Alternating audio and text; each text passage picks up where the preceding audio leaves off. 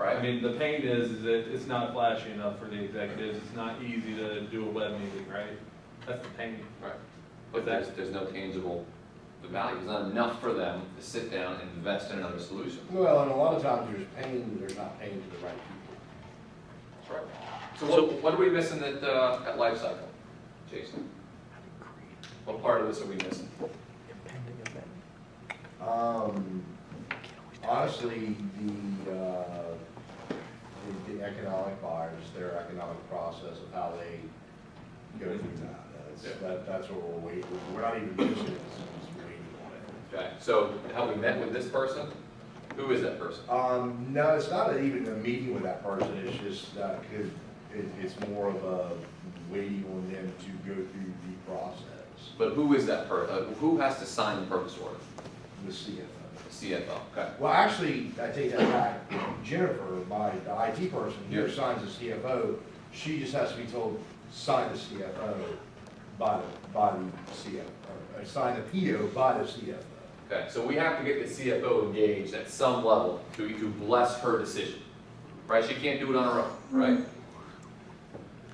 With that, there's one of the exceptions where she really can't, yeah, actually. Okay. Then why hasn't she? Honestly, it's the holidays, nobody's been around, that sort of thing. I mean, just the typical bullshit excuses, but it is what it is. How big is the deal? All said and done, a little over million one, something like that. So we need the open table here. Are we? I mean, that sounds like she's got $1.1 million on the table. One of the biggest expenditures she's going to make in her career, has made so far, and she just hasn't gotten around to it.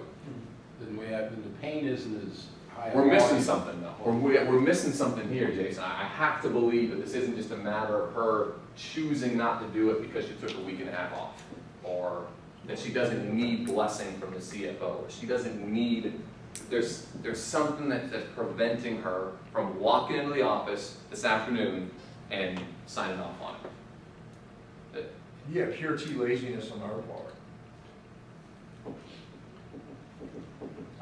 I don't know Then who else in the business? There's got to be someone else then, where regardless of how lazy she is, they realize the benefit the solution's going to give, right?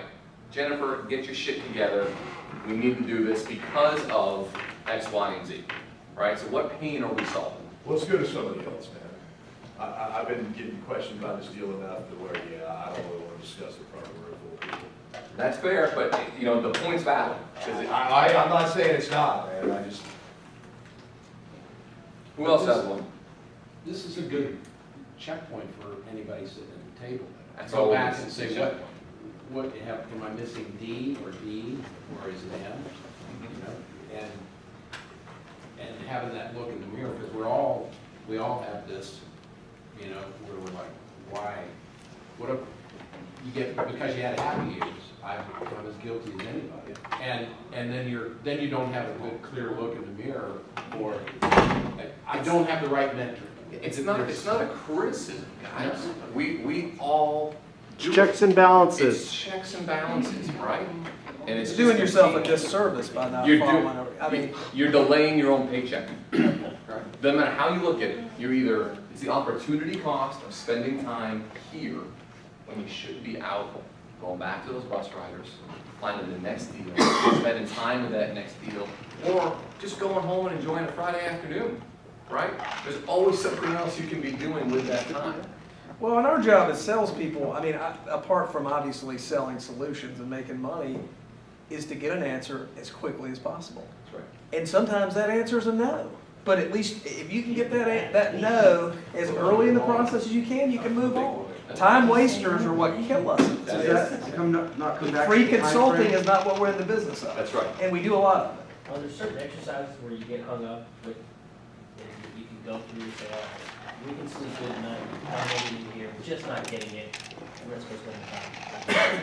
If his case is, probably we really don't have the true economic buyer on book. We may think that we do, but are there things that you can do exercise-wise to exhaust your options to where you Sometimes can it takes 4 years for you to figure that out. put it to bed and move it. Yeah, I think in Jason's example, Come on, we're in sales. You We're know? all lazy. in Jason's example, I mean, you who know, are we he's gotta make kidding? a decision at some point. Either he just lets it run the way it's going, Not me. and under the assumption they're gonna get it done, or he makes a decision to call in over someone's head and light a fire. And that's not necessarily the right decision, right? Sometimes it might just be, I wanna see this thing through. I've got good relationships there, things are happening, I'm gonna let it sit for a little bit, but you can't come back and tell Joel and David that, you know, oh yeah, it's gonna close next month, or it's gonna close next month, or it's gonna close You can next tell month, them that, but. right? So I think that's when you sit back down and say, guys, I'm struggling. Can we get Amy to call in? Can we get Rick to drop by? Can Jeff King go down there and command an executive hearing session, right? Executive to executive. That's when you start to get creative. Can we put a year-end, you know, discount in front of them, to Trevor's point? 1 year free SmartNet. We're gonna seed in UCS. We're gonna give you 20 hours of engineering. Can we create a compelling event back to here that makes them move? And then sooner or later, we're gonna start finding something else to fulfill that. Doesn't mean turn around and walk away from it, but just means let's realize they're not ready to make that decision yet. And for whatever reason, we can't figure out why that is. So we can continue to bang our head against the wall, or we can start to come to the reality that it may not work as planned. So let's go find a insurance plan, so when I say, guys, this is pushing out of my quarter, but I can backfill half of it. That's it. That's all it is. All right? You're not going to be on that. I don't think Joel's going to expect you to define the entire 1.1 million. But if you can say, hey, you know, this one's not going to shape up for these reasons, but here's 300 or 400K. You know, it just shows you're doing the right thing. Don't and come to me attacking your with business problems, the right only way, solutions. You know? Because you're gonna get customers where you've got it written down, all the medic stuff. Yeah. And you think you've got, but they've lied to you because there are 2 other people inside that have something to do with the process and they don't want to talk about it, they don't want to share it. And you think you put a big stone in their shoe and it should be all the pain they need. And these people are willing to walk around with that stone, and that's when you're like, I got other stones. You'll get all the answers, and you'll still lose a deal. Yeah. Right? Or it'll change because the information you get changes, and you can't always ask why to the nth degree. Right? Are you sure, Mr. IT Manager? Are you sure it's just the CFO? I don't believe you. Are you sure you understand your internal purchasing process? I mean, there's a level of tact that has to go along with it, right? And that again comes back to you guys being good at what you You do. usually do want to ask them that lifetime. You absolutely do, right? But that's where you use Joel or David, and you use someone else. And yes, the team does this all the time. I'll go see a customer that we need to ask a tough question that they don't want to ask a tough question for because they don't want to sacrifice the relationship. So I'll be a jerk, ask the tough question. Comes natural, right? That's right. And either we get the answer, or on the rare case that they don't like what I had to say, the team has to cover their ass and say, man, I am sorry. My manager forced me to take me on our appointment. I will never do that again. I am so sorry. He's a jerk, I do it weekly. right? But you creatively use the resources that you have to get other people to do your work for you and help you have different conversations, right? And different people are going to ask a different, I mean, David's going to have a very different view of decision criteria and identifying pain from his role as your operations officer than we are, than Scott is from his previous experience, right? That all comes through the eye of the beholder and the previous experiences. The important part is just to understand and have a process that you adhere to. Because here's the other thing, consistently, you'll be able to understand when you're going down the wrong path, when you need to self-correct, what that correction looks like, and you'll be able to have a discussion around, you know, previous experience and why you're doing the things you're doing. Well, and you get to those points, those pivot points faster if you're doing something. You'll, rather than hope as a strategy and a year down the path of going, you know, I probably should have dug a little deeper into this or this or this, and we've all done that. That's right. You know, let me guess. Sometimes you guys have huge quarters. Sometimes you have horrendous quarters, right? Peaks and valleys. The surefire sign that the business hasn't matured enough yet to where you're doing the absolute right things all the time. Now guys, we're gonna have shitty quarters. We're gonna have awesome quarters. But what's that degree of variance look like over the course of a year, over the course of multiple years? Extrapolate that out. How good of a year is too good, and how bad of a year is too bad, right? If you're doing the right things all the time, remember, excellence isn't an act.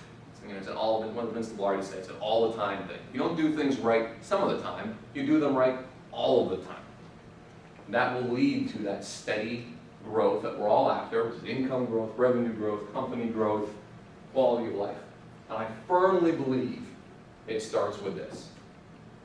If you're not trying to sell through here, again, the freaking projectors and the LCDs and the TVs and the phones and the WebEx, doesn't mean anything, right? You're just selling on widgets and the cost thereof, or on personal relationships. This is the trifecta. This is the third leg of your stool in wrapping all that together. And understanding when to use your really technical value prop for the network admin that you've rehearsed over here, and when to use your high-level value prop to get to the VP of sales who's actually controlling the budget for that new collaboration solution that features instant messaging, unified messaging, WebEx, and video. Right? It pulls everything together. If that's the one thing you walk out of here with today, then circle that one on your laminated sheet there. Because I really do believe this is the differentiator from being a good rep to a great rep.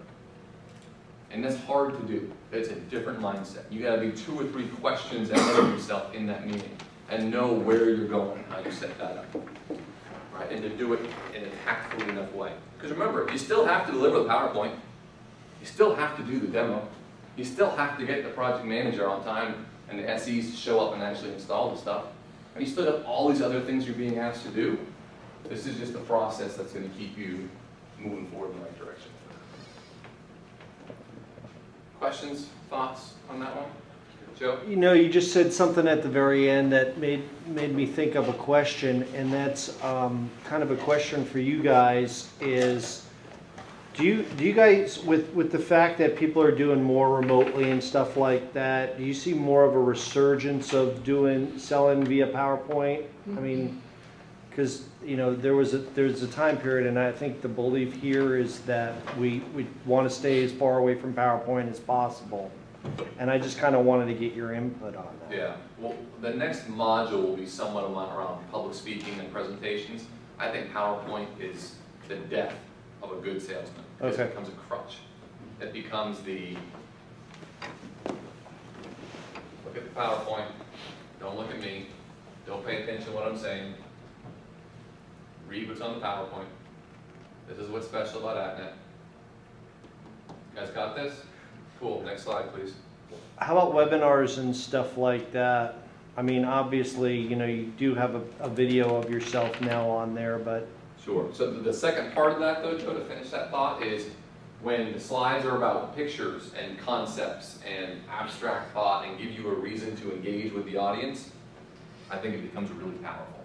Because I do think it's an incredible medium to display information, if done in the right way, where it's not bullet, fancy animation. Ooh, my words fly in or dissolve out, right? It's got to have some meaning to it. So I have like a 10-slide Cisco on Cisco or Y Cisco PowerPoint that I'll show you if you'd like, that I tend to kick off every CBC with. And I change like 3 things. There's the logo, the company name, and a couple of their care abouts. And everything else is the same message tailored to that customer. And I built it from, I didn't create a single slide myself. I've stolen it from all the other RMs and ODs and PSSs that I thought, I really like the way they do that, right? I want to take that slide and make it part of my own. So I use those slides religiously, but then I try and for those of you who have been in a room with me when I was a salesperson, I bounce back and forth between that slide right to the whiteboard. I think the whiteboard is the most personal, intimate way to get close to that customer. It's all about them. It's about their network. And if you're good at the whiteboard, you can now make that a competitive differentiation tool. This is what we're going to do towards the end of today. Let's talk about how we whiteboard our UC and UCS story and make that a compelling factor in their decision.